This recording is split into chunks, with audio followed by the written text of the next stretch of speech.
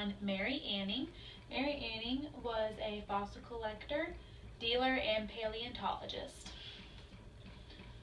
Some basic information about her. Mary Anning was born May 21st of 1799 in Dorset, England.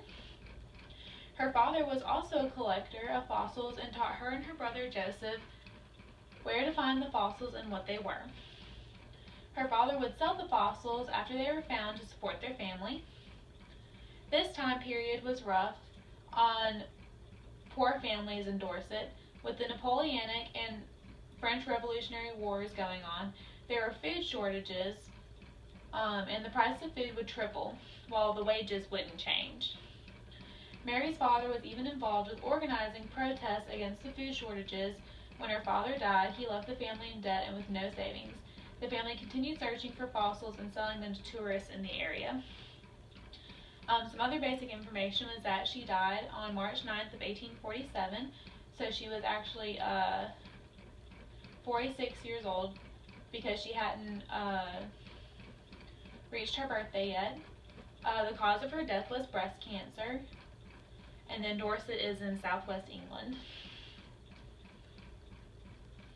Some major discoveries that she found were the Ichthyosaurus, the Plesiosaurus, fossil fish, and pterosaur, and invertebrates and trace fossils. We're going to be looking at some pictures of those in just a little bit. Long after her mother and brother stopped participating in fossil collecting, Mary still supported herself by collecting fossils and selling them to museums and tourists.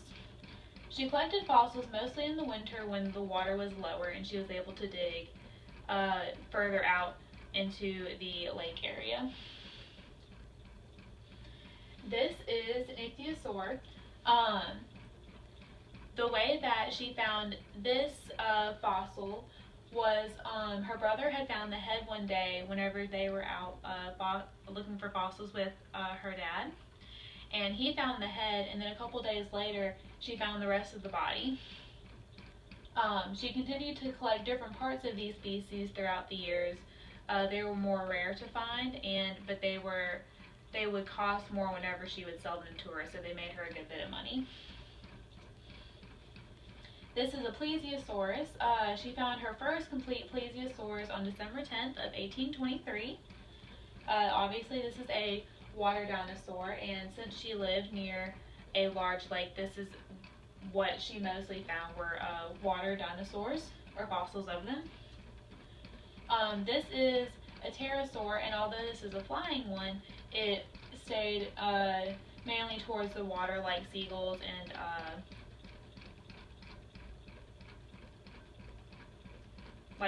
and other birds do to catch fish. And the first one that she found of this was in 1828. These are fossil fish. These are just fish that got fossilized after they died or after the water went away. She also found this in 1828 after finding the pterosaur. These are invertebrate fossils. There are several different types of invertebrate fossils, and these were much more common to find, and so she was able to sell these for less money. Some other invertebrate fossils would be like shells that had snails in them and things like that. These are trace fossils, and trace fossils are just anything that leaves an imprint, and it's mostly more natural items. She also collected these fossils as small money makers for her business. This is Mary Anning and her dog Trey. Anning's discoveries became key pieces of evidence for extinction. The time period that she lived in, they believed in God creating the world, and so they only thought that the world was a couple thousand years old, and so this proved that there was life before the creation, or that this was part of the creation. The way that they understood creation was that humans were the first creation, so there was life before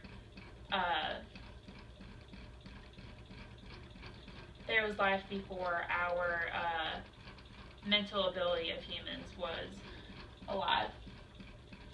Um, she was even the inspiration for the famous tongue twister. She sells seashells down by the seashore. There's actually more to this rhyme that I didn't know about, and the rest is the shells she sells are seashells, I'm sure. So if she sells seashells on the seashore, then I'm sure she sells seashore shells. Um, she serves others a great inspiration to all and shows you how hard work and knowledge pays off. Activity that I came up with this was group center based activities. I thought for group A they could dig in buckets to find dinosaurs and then classify each dinosaur that they found. Group B could look at pictures on the desk of different fossils and tell what kind of fossils they were. And then Group C, they could draw a comic strip to show the life of Mary Anning along with a story that tells more about her life in a way that they understand. And so that was my PowerPoint about my scientist, who is Mary Anning.